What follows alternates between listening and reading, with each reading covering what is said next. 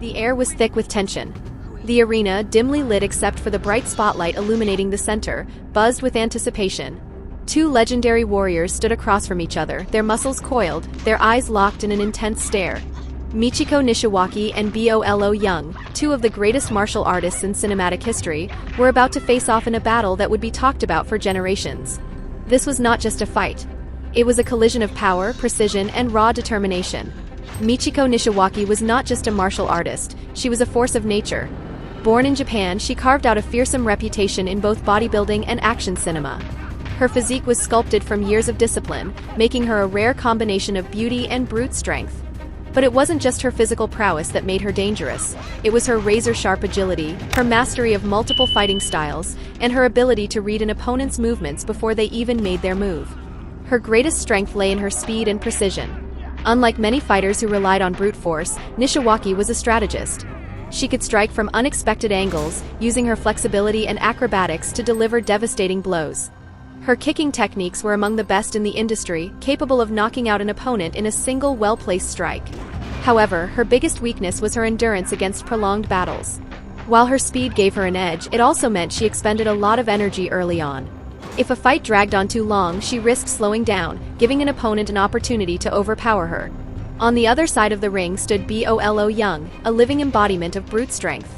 Known for his villainous roles in martial arts films, Bolo's reputation was built on sheer dominance. His massive frame, sculpted from years of bodybuilding and rigorous training, made him an absolute powerhouse. His fighting style was rooted in traditional Chinese martial arts, combined with a brawler's instinct, ruthless, efficient, and devastating. Bolo's greatest strength was his raw power. A single punch from him could send opponents flying. His iron grip could crush bones, and his endurance allowed him to take hit after hit without slowing down. He was a juggernaut, a tank that could walk through pain and still keep coming forward.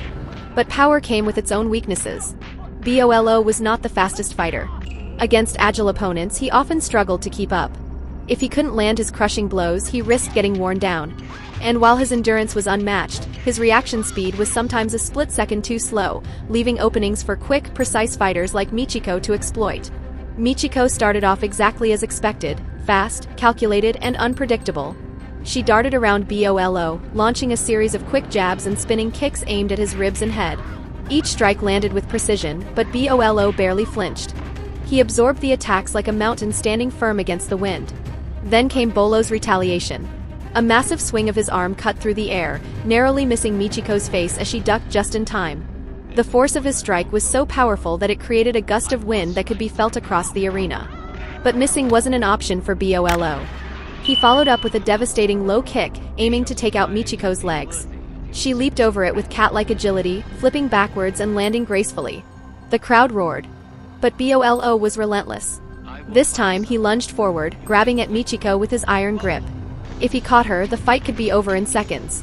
Michiko twisted and spun, slipping out of his grasp, but not before he landed a glancing blow to her ribs. She gasped, a moment of pain, a crack of impact. The first real damage of the fight had been dealt. Realizing she couldn't afford to let him take control, Michiko changed tactics. She stopped dancing around him and went on the offensive. A rapid series of kicks slammed into Bolo's chest, staggering him for the first time.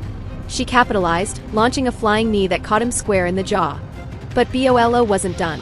With a roar, he charged, catching one of her kicks midair and slamming her onto the ground. The impact shook the arena.